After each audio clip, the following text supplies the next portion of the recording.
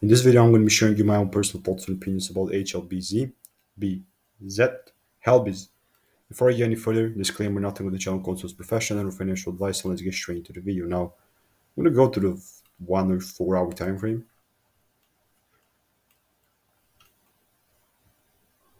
Just to show you this right here, so you can see my past prediction was correct. So we definitely took out the lows. But after the lows got cleared, this thing just ran up, okay? This thing just went 120% up in a matter of a week. Today we're also 18% up. Yeah, that was insane. But that doesn't change the fact that we're still in a bearish ranges though. Okay, we're still coming from this high that we actually broke the low. So now on the weekly, we actually break above the highs there. It's going to be fine, but still pretty bearish technically. Stay tuned. I'm going to be showing you obviously my predictions for the time to come. And again, this is just all my opinion. It's not financial advice. See ya.